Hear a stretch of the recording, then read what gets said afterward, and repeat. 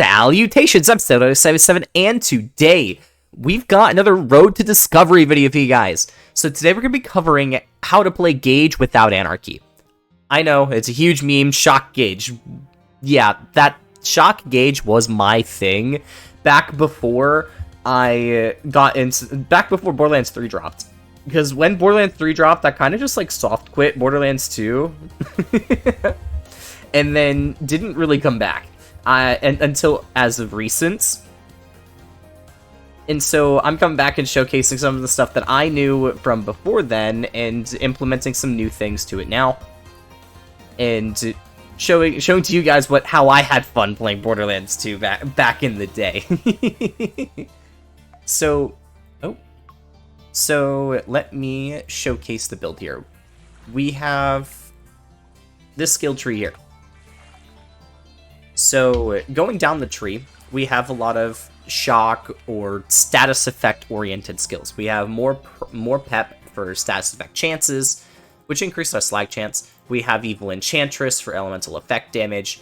We have electric burn, which is dot based. We have wires don't talk, which buffs both shock and the shock dot damage.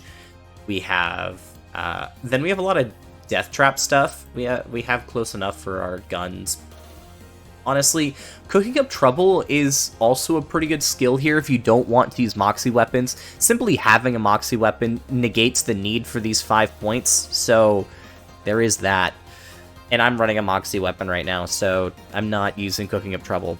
But if you're not running a moxie weapon, you can put points here, and that gives more reason to put points in here, seeing as we don't have the entirety of Red Tree, because Anarchy is a required skill to go down Red Tree, and it's the dumbest thing ever. Anyways, Fancy Mathematics is really good for your shields. Depending on how you want to run this, I don't actually recommend running Buck Up. I am currently running Buck Up because I'm not entirely abusing one of the mechanics I'll be talking about later. But you can use this. You can use this for keeping yourself alive while Deathtrap is going around tanking for you, because that's really what you're doing with Deathtrap if you're just using the gun variant of this. The better half were kind of throwaway points, just to get through, just to spend the other 2 points, because I couldn't put them in Red Tree. We have 5 points in Potent as a Pony. This is very helpful for the Transformer shield. Utilizing the Transformer, I will explain how the mechanics work for that in a minute, but just heads up, max HP is going to be super helpful there.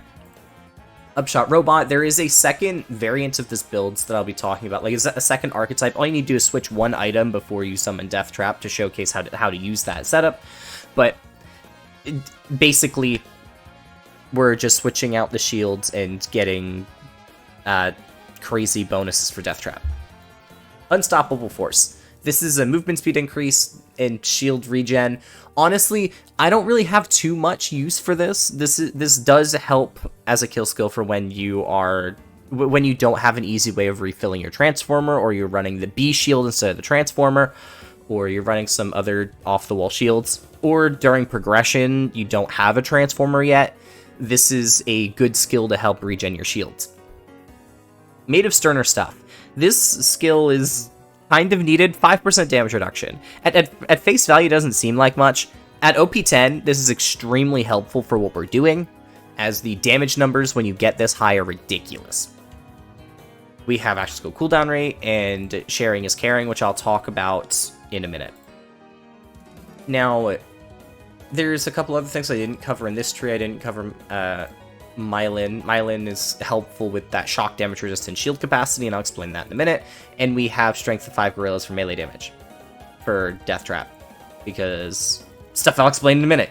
And the items that I'm running, the slow hand is the moxie weapon of choice for me for this build.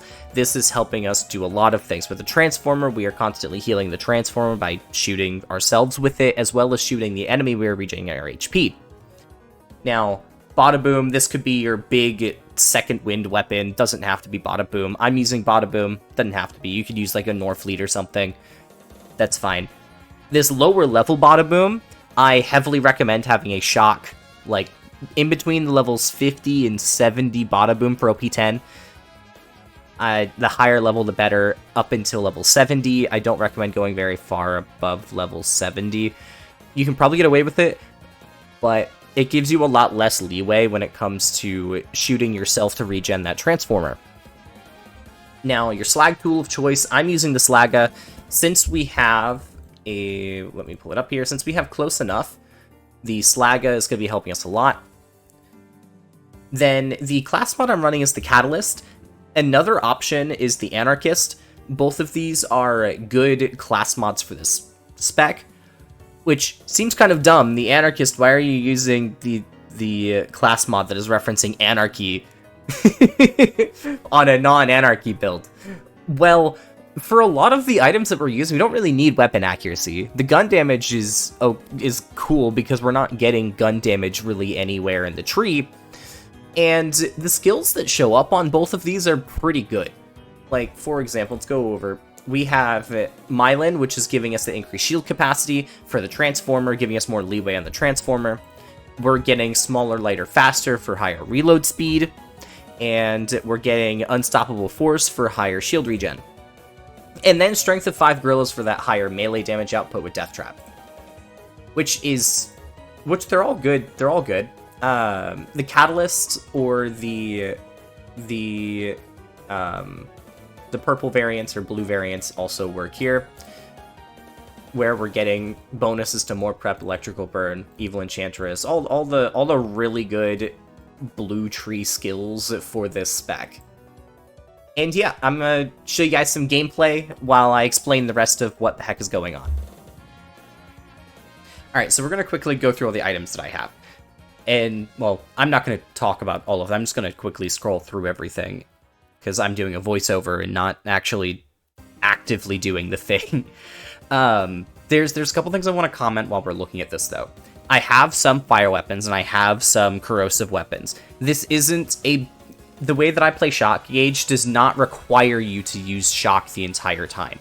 And there are cases where you just have to use another elemental type. Does that mean the build is bad or not big into Shock? No. Shock is the primary thing. Just because it's not able to do everything by just using Shock doesn't mean that the build is bad. It just means that you have to play around with what enemies are optimal to use that Shock damage against, those Shock bonuses against, and figure out what enemies you need to switch to those corrosive weapons or switch to your B shield for. Now, to start off this explanation on this section here, we're going to cover the reasons why we're using the Transformer. It's not just, hey, we're using Shock weapons, a Transformer would be a fun shield to use. That was the initial reasons to why I was playing around and testing with it, and there are different reasons as to why I kept it. So, we're not always going to have our Moxie weapon out, especially when we need the slag enemies. We're constantly switching to our Slagga or to a slag conference call or a slag pimpernel, and we need to slag those targets. While they're slagged, we don't exactly have a form of survivability. Well, while we are slagging them, we don't exactly have a very good form of survivability. So what we can do is we can have a Transformer on, and what that's going to allow us to do is we could throw our Chain Lightning at the ground, and that'll regen our shield. So they could hound at us, they can shoot at us, and I can just chuck Chain Lightnings to stay alive without needing to rely on a Moxie weapon. Now, there are a couple issues with that. First, the Transformer, if you deal more impact damage than your current shield capacity, than your current shields, then it will deal health damage. So if you have, let's say, 300 shields out of your 6,000 shields, if you deal 6,000 shock damage to yourself, you heal 5,000 something capacity, but you also take that same amount of damage because it's not based off of the max capacity of the shield. It's based off of how much there is currently left in the shields for how much health damage you take. And this is very much unlike Absorb Shields, and I've heard this argument a couple times where, hey, so the reason why the Transformer does that is because Absorb Shields don't fully negate damage from projectiles that are over the shield capacity. And first, I have never experienced that. I have always seen it 100% negate damage if I absorbed the projectile. Unless it applied a dot, then the dot deals damage. But I've never seen it deal health damage over the shield capacity. I've never seen that before on like a sham or anything. The only time that I've seen that is with the Transformer when it comes to the shock regen, which doesn't exist in Borderlands 3. In Borderlands 3, the Transformer, no matter what shock damage is being dealt to you, will always heal the Transformer and will not deal damage to you. Which, I don't know, to me that makes a little bit more sense. Especially if it's based off of like a battery, like people are also arguing. Because if it's a rechargeable battery and it doesn't have any capacity in it, like any charge in it, and then you shove electricity into it and it recharges the battery, it's not overcharging the battery. Now, I could understand a mechanic where if the shield is at full capacity and then you're dealing extra shock damage on top of it, it deals damage to, let's say, the shield or the HP. I could understand that. But that's not how this works. It's based off your current capacity. So if that battery isn't fully charged, then you're going to take shock damage. You're going to take health damage if you're dealing damage more than the current shield capacity. I don't know. I feel like it was an oversight, in my opinion, and it definitely shouldn't function this way. But that's just me, apparently. There's a lot of people who disagree, and that's fine. I'm not here to smite opinions or anything. Now, there's a second part that I want to talk about here. I mentioned the Myelin and Skin of the Ancients when I was doing the intro. Myelin increases that shield capacity, and Skin of the Ancients increases that shield capacity. That has two different functions. One, it is giving us more leeway for that shield regen because of the mechanic I was just talking about. So it allows higher shock damage weapons to be able to regen us and not have to worry about it, because our threshold for the percentage of shield lost is a lot higher. Now, the second part to it is it being a higher capacity, it gives us more shields that we can swap to after regenning our shield. What does that mean? So, when you swap shields in Borderlands 2, there's like a saved amount of shield capacity that you have. So, when you switch from a shield that has 600,000 shield capacity, it saves that 600,000 to when you switch to another shield that has 700,000 shield capacity. Now, you still have 600,000 despite being at full shields. You only have 600,000 in this 700,000 capacity shield. But that also works the other way around. If your B shield has 2.1 million shield capacity and your Transformer has 3 million, then when you switch from your Transformer to your B shield's going to be full. Thing that you can do is when you have your B shield on, if you take shield damage, preventing you from using the amp on it, you can switch to your Transformer, heal that shield up to full, and then switch back to your B shields, and then it's now also full. Even if you take a couple shots while you're wearing the Transformer trying to regen it, you're going to have more capacity in that B shield, so you're going to be able to have you have leeway to switch to that B shield and deal amp damage, giving dual functionality to having that capacity. That B shield damage is really nice, especially when you're running something like a Fibber or a Sandhawk or something that gives unlisted projectiles. So it just works very well with your damage.